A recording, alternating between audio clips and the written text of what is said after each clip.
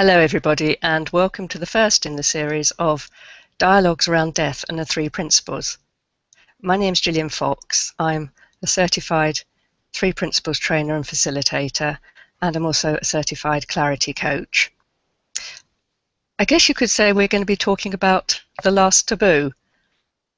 A lot of people don't talk about death, do they? So I really want to open up the conversation and talk about it both as a Three Principles facilitator, a trainer, and also I'm talking to people within the Three Principles communities that have had personal experience of losing somebody they love and how the Three Principles has helped them in their loss. My first guest on the series is a lady called Deborah Banner. Now, Deborah and I are friends and colleagues who met on Jamie Smart's Clarity Practitioner program, and we spent the last 10 months in each other's company. And I've come to know and respect Deborah. She is a beautiful speaker about the Three Principles and how it's impacted her life. And she's also now one of the first certified Clarity coaches who is sharing this inside-out understanding with her clients. By way of introduction, here's a taste of what we'll be exploring in the conversation today. Deborah says, the last few months have been a journey into the unknown, where I finally got to meet the real me.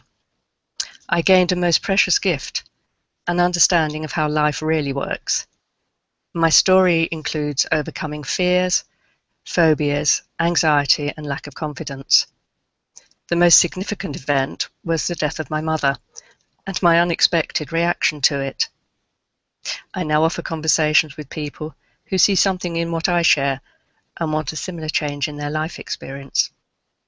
So without further ado, it gives me great pleasure to welcome Deborah to the call today. Hello, Deborah. Hello, Gillian, and thank you for that wonderful introduction. That was really nice. Thank you. You're very welcome. So I'd love to start by asking you to generally share your story about how you found the Three Principles and the impact this understanding's had on you, and if you'd like to broaden it out into, what you were doing or are doing career-wise, now and before. So if you'd like to sort of kick off with that would be brilliant. Absolutely. I certainly love sharing my story because it's been transformational for me in the last 10 months in a very, very good way. About this time last year, I attended a private audience with Jamie Smart, and it was a small workshop talking about his book Clarity and just expanding on that a little. And it was a 3-hour little get-together. And in those 3 hours, I saw something so profound that I needed to know more, but I couldn't articulate exactly what it was or what I'd seen, but I knew there was something that I would like to investigate more. So I signed up for the Clarity Practitioners program, and over the last 10 months I've certainly been on a journey, a bit of a roller coaster ride as well. And what's come out of it is that I didn't realize that life could be really so effortless. And by effortless, I mean without the stress, without the anxiety, without the worry. And particular for me, I always seemed to be looking for approval from other people, the way I looked, the way I was, what I was doing. And I didn't need to do that because I don't need anybody's approval, because I know now I'm okay exactly as I am. And over the last 10 months, I've really got grounded. So I wouldn't have said this 10 months ago, but now I am so comfortable with who I am. And I can be so present with people without any of that, the noise going on, the chatter in my head telling me, you're not looking good today, you're not wearing the right stuff, they think that you're not very clever or whatever. I don't have that anymore.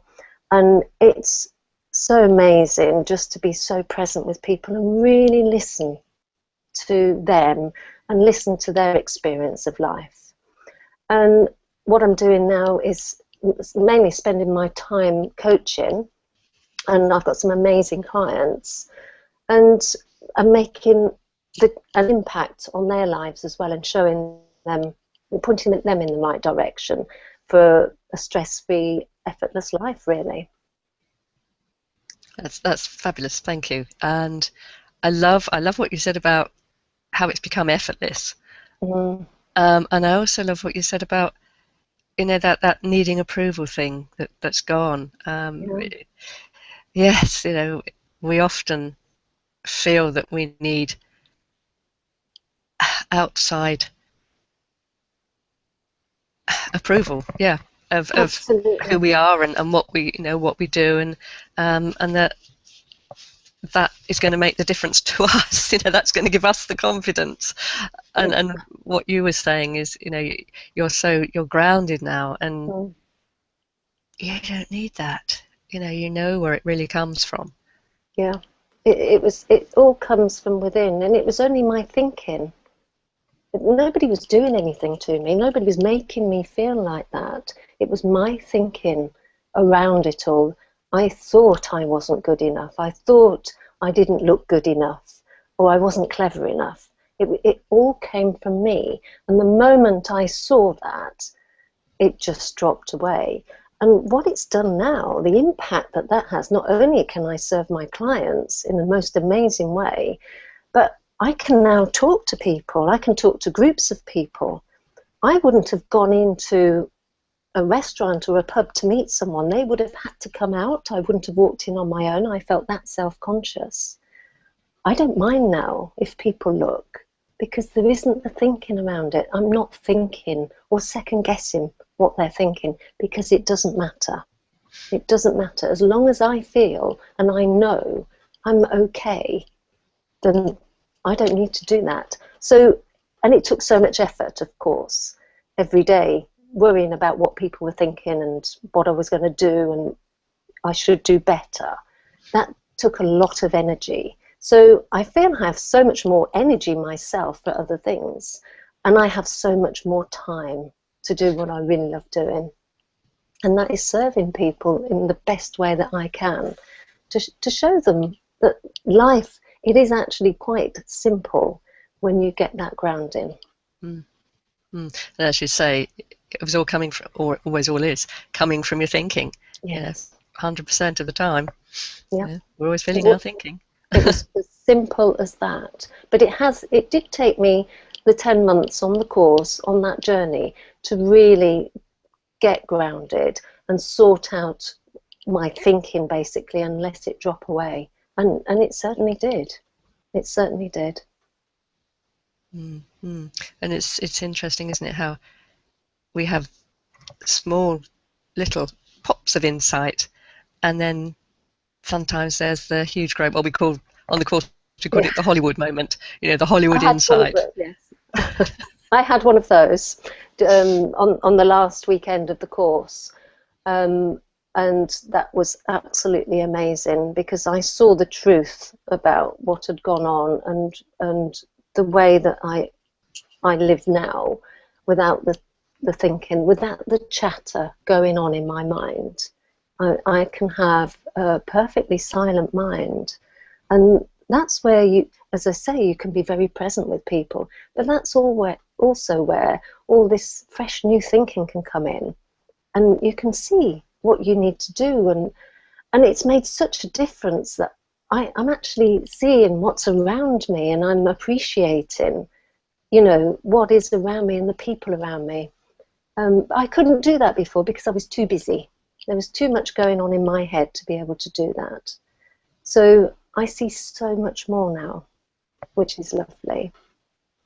And then if I can sort of go on to talk about my mother, she was quite ill, sort of in and out of hospital, towards the end of November, December time, and I had gone away for 4 weeks over Christmas, and was quite concerned about her, but I didn't ever believe she would die. And I know that sounds really silly, but I really didn't believe that would happen to me, that I would lose a parent.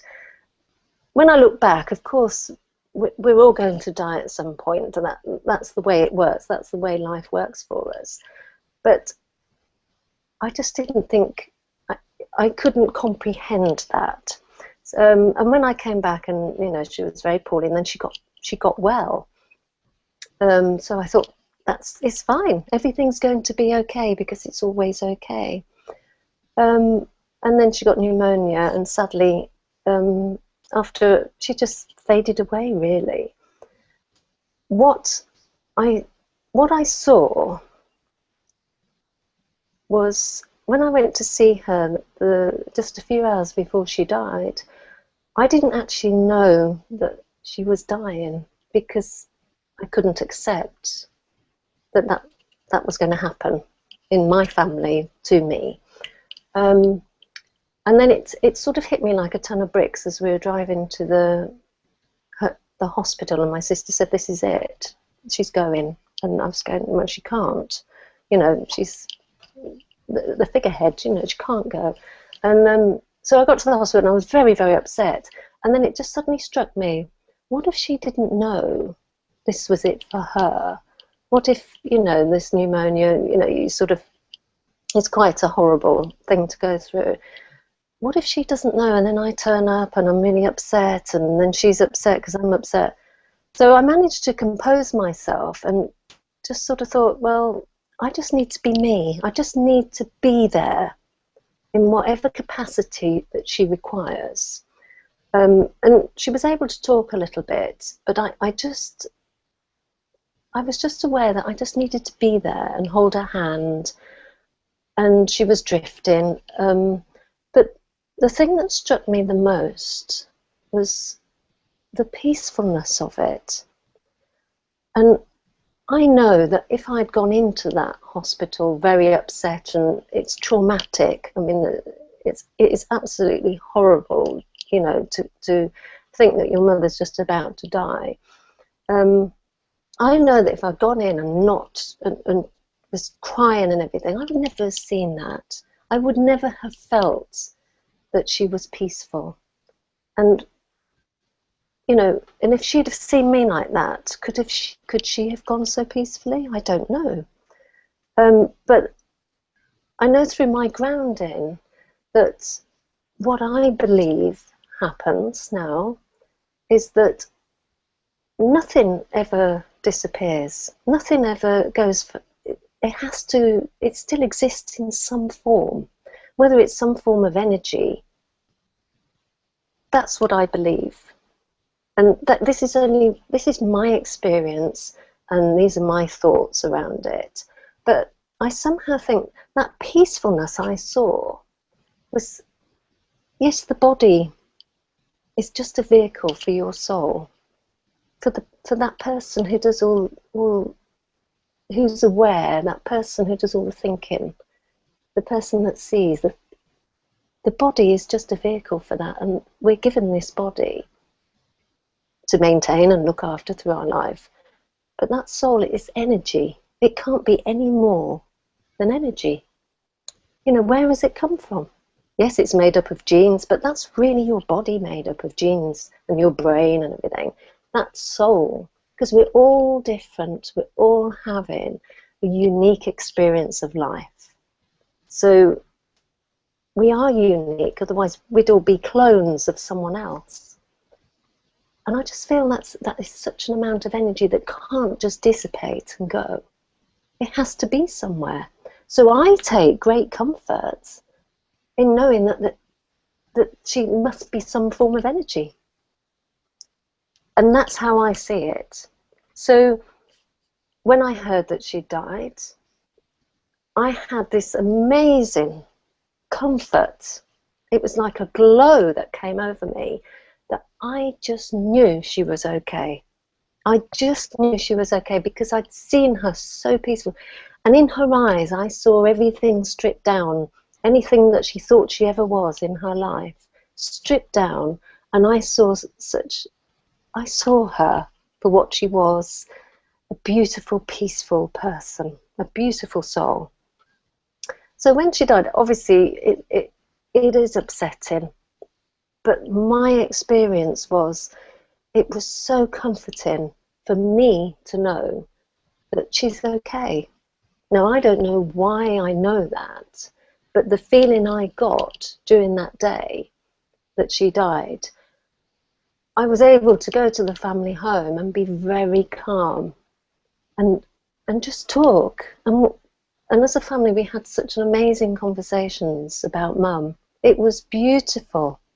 It was absolutely beautiful because it was quite sudden. And you know, she was 80 years old, but she wasn't an old 80 years, and she hadn't been ill up until the last few months in her life. So, but it was such a beautiful day and a very calm, peaceful day. And I'll never ever forget that day because I kept thinking, okay, it's all going to kick in soon. It's just going to hit me, and I'm going to be absolutely sobbing, and I'll be really, really upset. And that day has never come because I just remember that feeling I had, and the thought that that soul, it's got to go somewhere. It's not, your body doesn't go anywhere. This is only my thoughts, but that soul, it must be energy that goes into some other form that creates this universe, because it is quite amazing. You know, we take for granted everything, even our bodies, which are such complex machines almost. There's something behind it that's an energy, and that energy has to keep going. It must keep going because we're all still here. And then at the funeral, I thought, okay, this is the time that it's going to be, that's going to really affect me. And you know, seeing the coffin, and I've never attended a funeral of a parent, so you don't know what to do. You don't know how you're going to feel. And I felt incredibly calm, and I thought, well, I shouldn't really feel like this. But I thought, it was so enormous, this feeling, that I thought, this is quite good, actually. I really like this. And it was great because, you know, somebody in the family said, oh, this is going to be the worst day of our life, you know, doing this, it's just going to be awful. And I said, no, the worst day was the day she died. This is just a formality now. And it's something we have to do for closure. And it's something we have to do for extended friends, family, whatever, because they haven't been on the journey for the last few months of Mum being in and out of hospital. And it is closure. And I thought the funeral was absolutely beautiful. It was such a beautiful tribute to her. It really was. And my nephew did a speech, and that was absolutely amazing, you know, on behalf of the family and the grandchildren. And it was the amount of love that was there, and the amount of love that she gave people. And I'm seeing that still now. If I can give, whether it's love, support, to people like she did, I would be very happy. So looking back, I've learned so much by being very peaceful about her going. I've seen so much that I didn't see really when she was alive. But it's wonderful because I feel really grateful now for that experience. And I know other people, I'm just talking about losing my mother, which we do expect to do at some point. But, you know, I'm sure it's very different if it's a loved one and it's unexpected, because I think you had a similar experience, didn't you, Gillian? Losing someone. Yes, I mean, I lost my husband 18 years ago now. He was only 50. And that was, I guess, my first, although we'd lost other family members, older family members, that was my first experience of it shouldn't be like this. You know, this isn't, it's like you say about you weren't expecting your mum. You know, mums are always around, aren't they? Yeah. You know, Jeff was 50. You know, that was not in the plan. Literally, you know, we had the retirement plan. We were living on a boat. We were having a whale of a time. We were building a place in Portugal. You know, it was kind of mapped out, our retirement, and that just stopped. in a moment. And that happens to thousands of people every day. Be it a husband, be it a child, a very dear relative. We just don't know. And I don't know about you, Deborah, but one thing I find now, because I understand the nature of thought and how that gives me my experience of life, I'm far more accepting of things I can't change. Yeah, And absolutely. yes, I agree with you. It's upsetting, but there's that peacefulness. I mean, I lost a very good friend who was 62 last year, to a very stupid, silly accident. Again, it shouldn't have been like that, but it was like that. Yeah. No one can change that. And like you, I found a peacefulness and a gratefulness for what, the colourful character and amazing person that he had been, and his funeral was just a joy to attend, because there was so much love in that chapel, and everybody was there to celebrate a larger than life personality.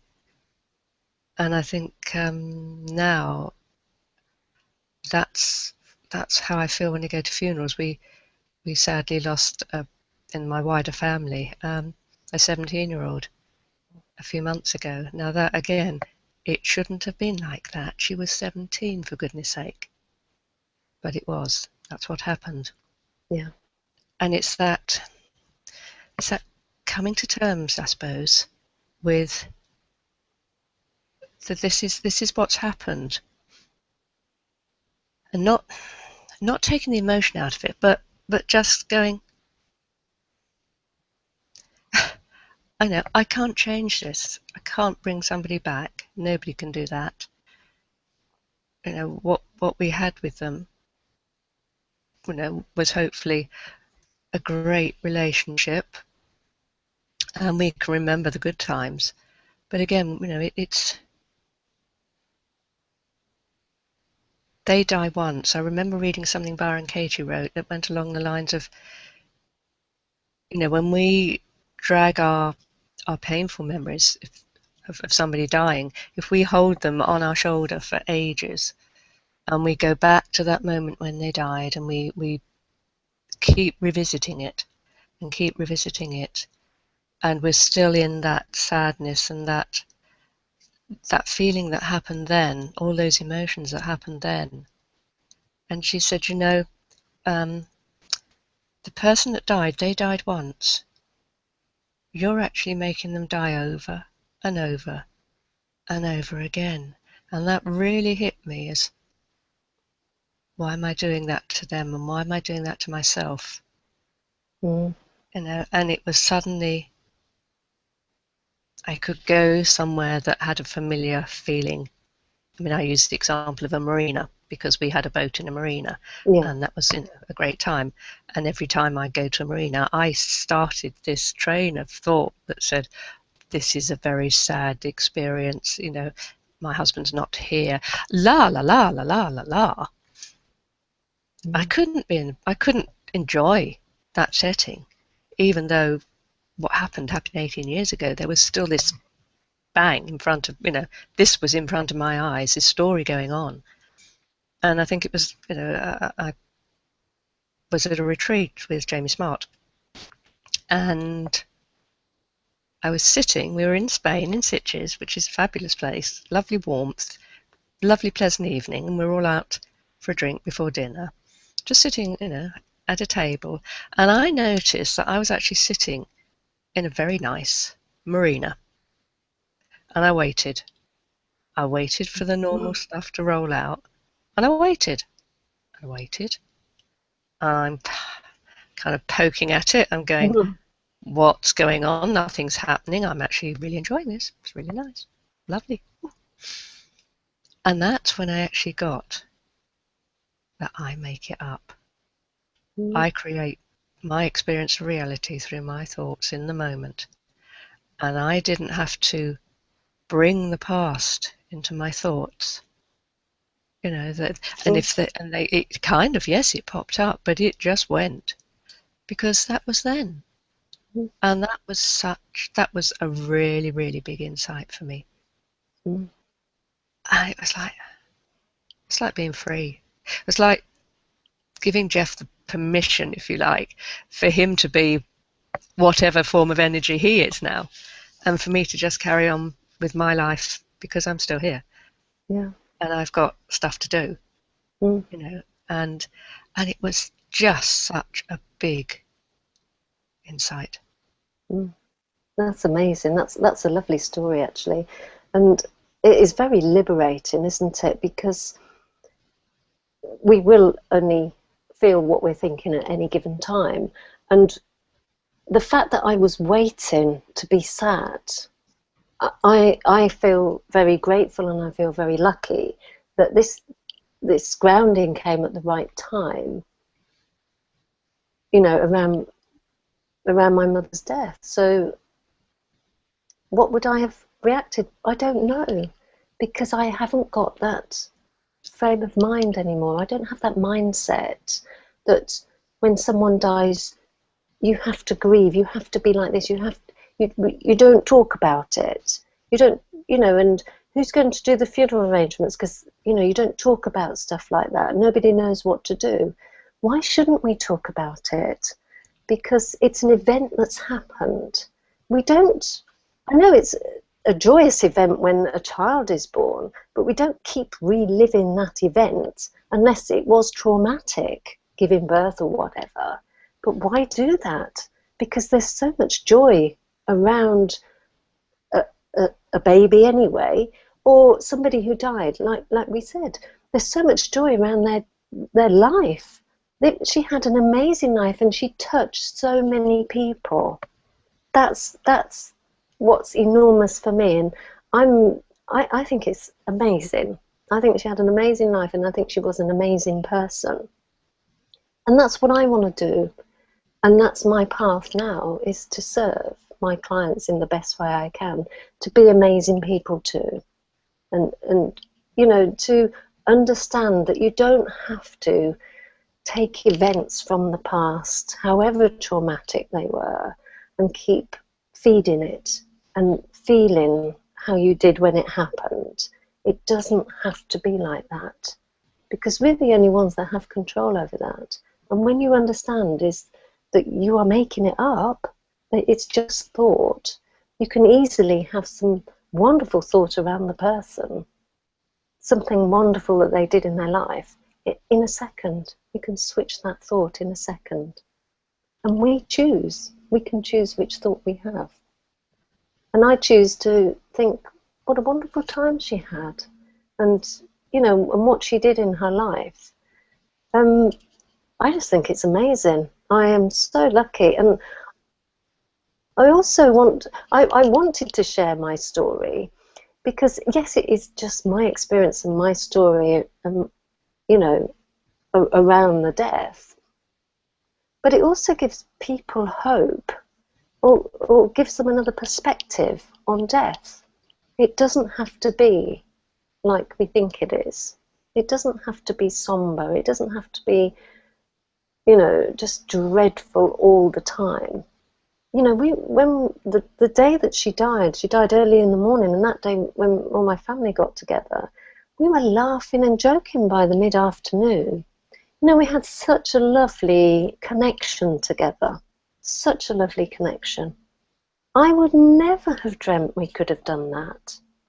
And, you know, we were busy phoning people, and Dad was saying the same thing about my mum to each caller, you know, and he felt that he needed to tell everybody that day.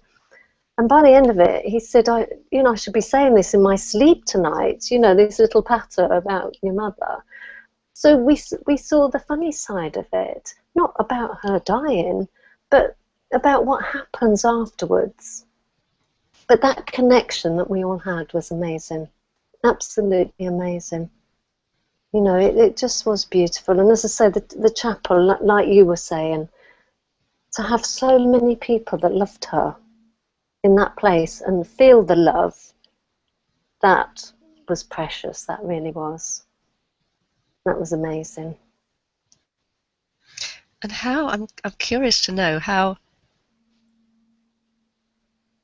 it's impacted your family since your mum's death, with you having this understanding, and I know you've been sharing it with them. Have you Mm. seen a, a difference in how you thought they would be, or is there a calmness there, or I think how's there's, it appearing yes. for them? I think there is obviously I don't know what they're talking about when I'm not there, but I know when I do go over and see my father and my brother, um, we will always talk about mum. Mum's name will always come up, and well, and they'll start sort of talking, and then I can just allow that conversation to happen. They were probably going to talk about it, but I'm really, really comfortable talking about her to anybody, to any of my family. And I was very privileged to have a very long conversation with my brother, which we haven't done, and we both realised we should do it more. And we sat down and had a coffee. We talked for about an hour and a half. It was just a meet up, just catching up. And we spent an hour and a half talking about mum, and I, which was absolutely amazing, because I also felt there was an awful lot of guilt probably around some things that had happened. So I was able to point out that you don't have to feel guilty, because whatever happened and whatever your actions were at that point in time, they made perfect sense to you to do that or be like that or say that. They made sense. And to feel guilty, you don't need to feel guilty, because at the time it was the right thing to do. And there were a couple of instances where my brother insisted on calling an ambulance when mum wasn't very good. And she begged him and begged him not to. And he was saying, I just feel really guilty about that. And I said, but you did something that probably saved her life. But he didn't see it like that. All he could see was he remembered her begging him not to ring. But the big picture of it was he was helping her. He knew what he needed to do in his heart, and he did it. He followed that. He followed his wisdom, and he phoned the ambulance, regardless of how she felt. But he was like reliving it and saying, oh, she was angry. And no, you do not need to feel any guilt whatsoever. And he could have carried that for many, many years and not felt so great about it. And again, that just all dropped away. And we were able to laugh and joke and remember some lovely times that we had with mum. So, yeah. Mm. And I love what you're talking about there, and what you said is so true. He could have carried that for years, and he could have continued to think about it, to beat himself up with what he perceived to be a wrong course of action, or one that had upset your mum. Yeah.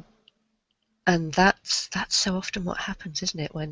Especially when there's an incident around difference of opinion within families, and somebody Yeah. saying, "Oh, we should do that," and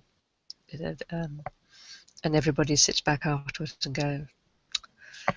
got that wrong. And really, really, the upset can stay around for generations.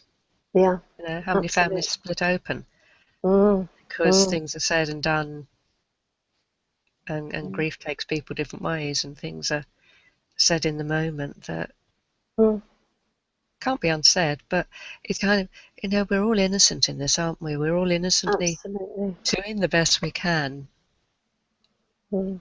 And that's, when you realize that about everybody, it kind of Mm. takes the sting out of it. It's, Mm. they're having a lot of painful thought about something that they perceive they got it wrong, but Mm. it's what you talked about earlier. when you strip all this away, you can see the beautiful person, the Yeah. diamond inside, or whatever you want to call it. And we're humans, Mm. we get caught up in our thinking, don't we? And we can say and do some things that maybe we regret, but Mm. Mm. you know, Yeah, I like what you say about the innocence of it, because it is an innocence, and even if at the time, for whatever reason, whether we were angry or whatever, and we've all done it, we've all been angry and said something that we knew we shouldn't have said. There's still an innocence around it, because what was making us angry, our thinking was all up, it was all wrong. So there is an innocence, and to spend time feeling guilty about what's been said in the past isn't very productive at all. It's only going to make you feel worse. So it is seeing the innocence in the misunderstanding at that time. mm, So it was great to have that conversation with him and just point him in the direction of it's not your fault. And it wasn't his fault. I mean, it's a bit like, somebody had to make a decision, which you have to do as a formality night in hospital. Do they resuscitate? But the family have to make that decision. Of course, that's the hardest decision, to say no. When it's in the best interests of that person, you have to say no. But there was a lot of guilt around that as well, and there didn't need to be. Nobody else was judging it. But we take these things and we blow them up and we put a lovely big negative story around it and carry that around for quite some time. But see the innocence in it. And it was based on facts. The facts that the hospital gave, that it wouldn't be advisable to resuscitate, whatever. And that's what it was based on.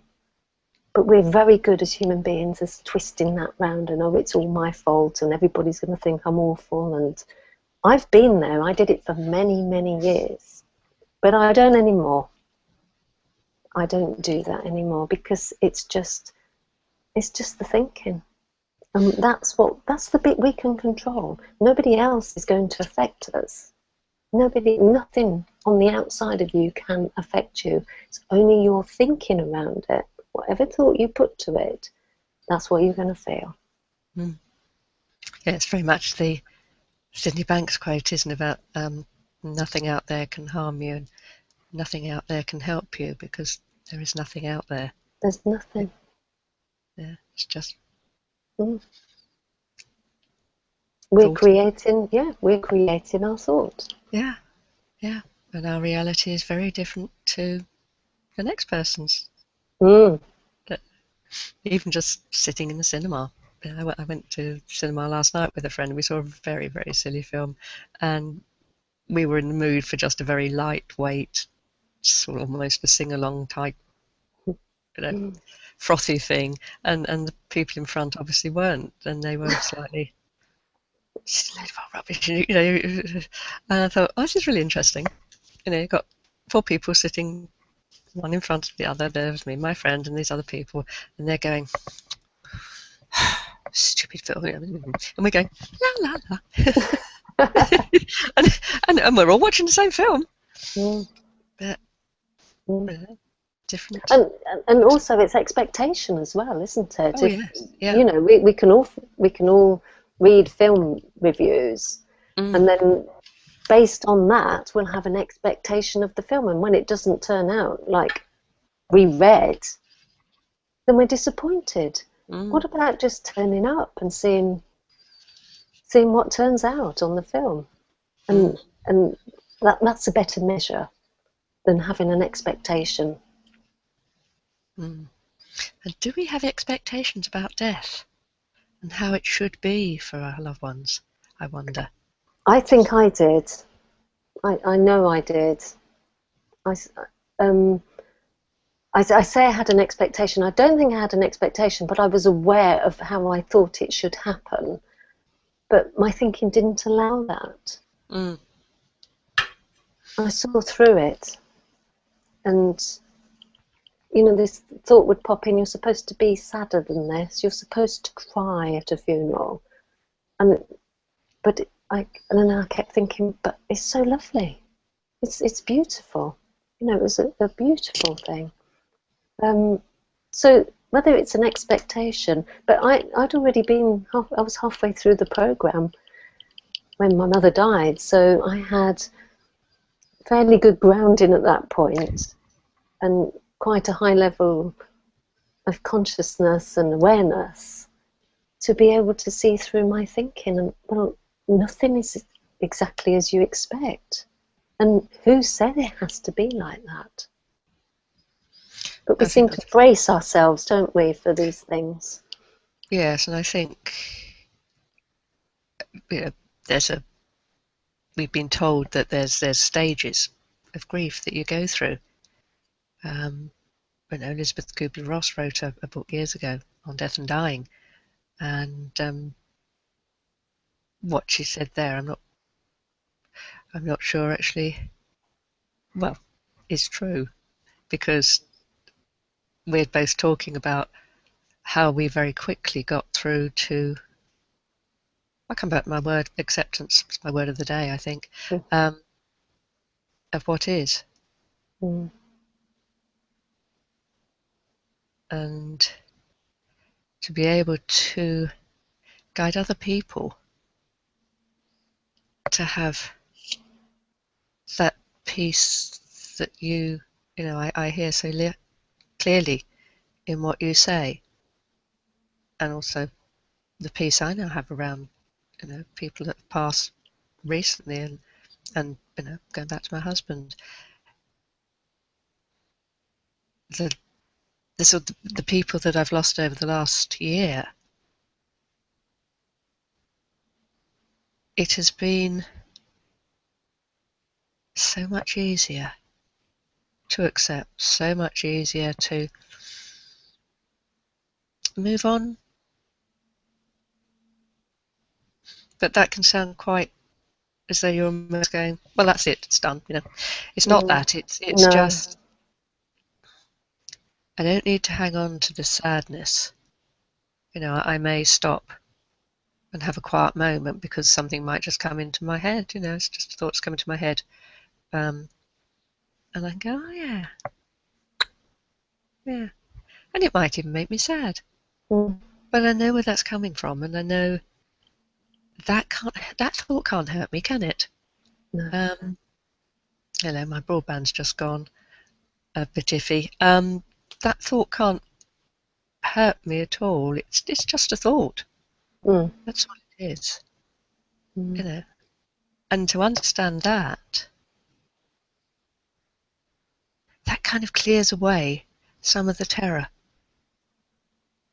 Yeah. Of even thinking about death or experiencing the death of a loved one. It's like it's okay to dive into the water and totally immerse yourself in this experience and be with it. Because sometimes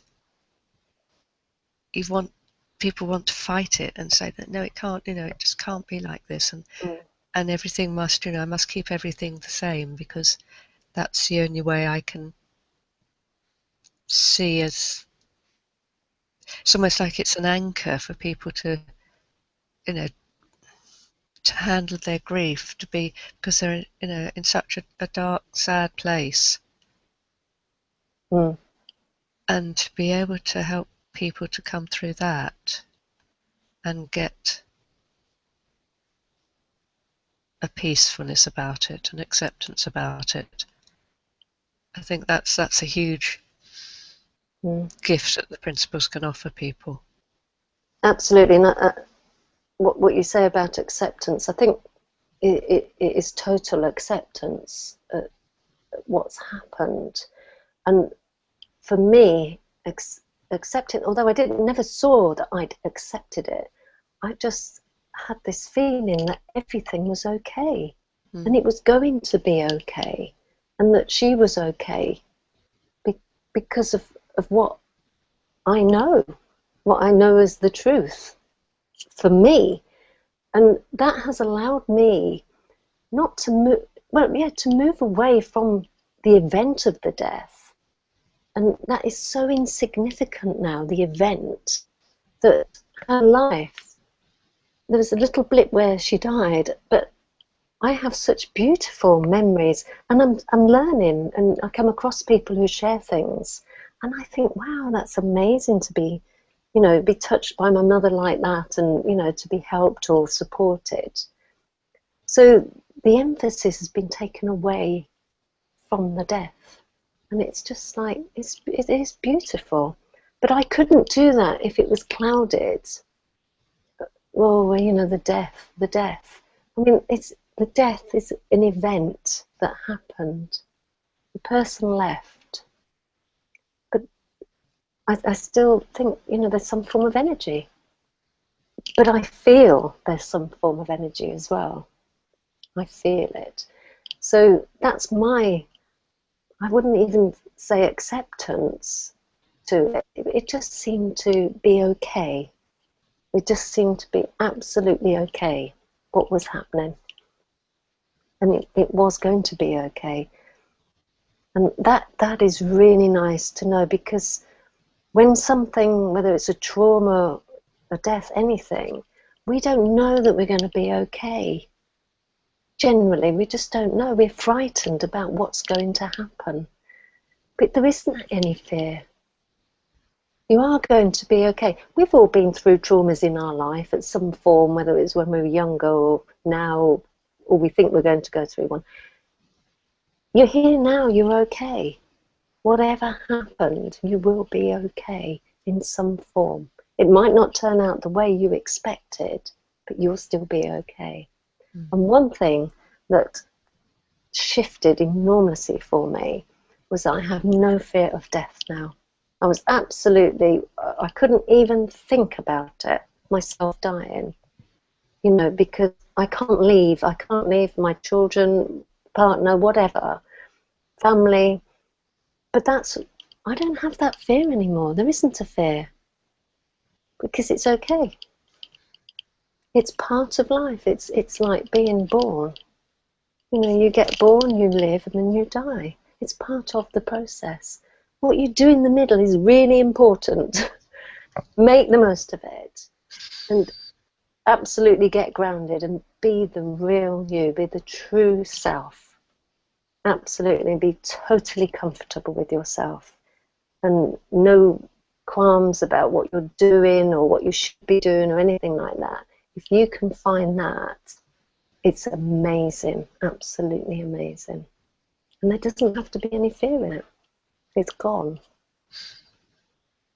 And that's huge, isn't it? That's huge. Enormous, yes. Yeah, absolutely. And how does that open up a conversation with your children, for example, about what happens when I die? I think because I'm pretty open about, talking about the funeral, talking about death, still talk about my mother. But I always did. I never felt any subject was taboo.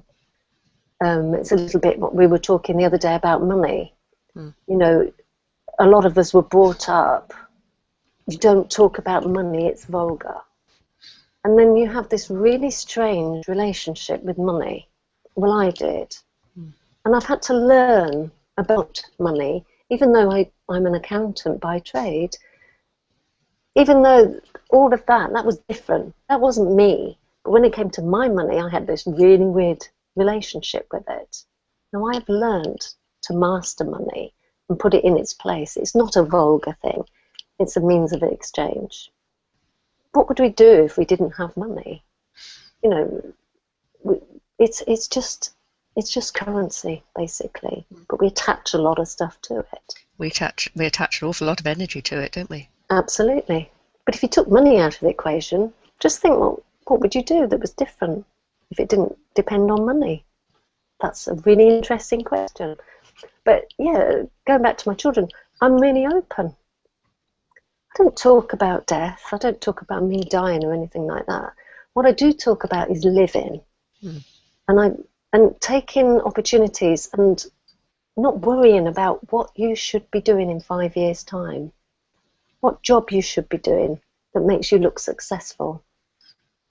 you might think it makes you look successful, but success to somebody else doesn't mean having a flashy car and a big house. Success can just be a lifestyle.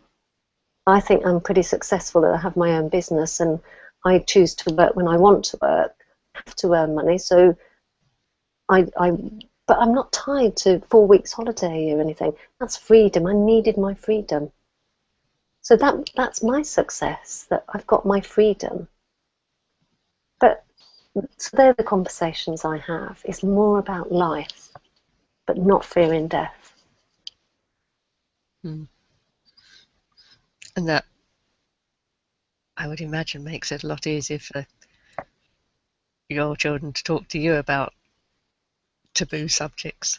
Absolutely, because there isn't anything that's taboo. Why should there be? Because it's all part of life. And they're just events, aren't they? You know, death and losing jobs, and losing a job could be the best thing that's happened to you because it opens up another avenue for you. You might think it, the moment you're told it's the worst thing that's going to happen, but you will be okay. You really will be okay. And that's what we always come back to, isn't it? We're okay no matter what. Absolutely. Yeah, and that can sound really quite strange to people, I guess. When I heard at the beginning of the program, and as we were learning, I thought, no, I'm not getting that. I knew it intellectually, and I could hear it, and yeah, okay, but I didn't really know it. But I feel it now. I feel that I'll be okay. Whatever happens, you deal with things. You know, you're not going to drop off the end of the earth because something horrible's happened. That it doesn't happen to people. You do carry on, and you know, you pick yourself up and you move on. And you know, as you said at the beginning, you know, scientists will say energy, once it's been created, it's never going to just not be created. It may change its form. Yeah. You know, we just go home. Yeah. Yeah. You can't get rid of anything. You know, a piece of wood, you can burn a piece of wood and it turns to dust. And those little particles, you just can't get rid of anything. So on that basis, it must, in what I think, it just turns into, if it's not physical, it turns into some form of energy. Excuse me, and it's, you know, it's form going back into formless. Yes. From whence we came. From whence we came, yeah.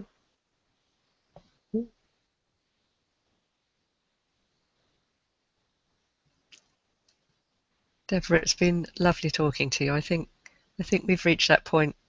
Yes. Where we know that we're done. We're done. To use a lovely phrase. I'd really like to thank you so much for coming and joining me on this first one in the series of dialogues around death and the three principles. Well, thank you very much for inviting me, because I've really enjoyed sharing my story. Yeah, thank you. And I'm sure it will be helpful and comforting to people to hear what you've been talking about. If people would like to get in touch with you, how can they do that?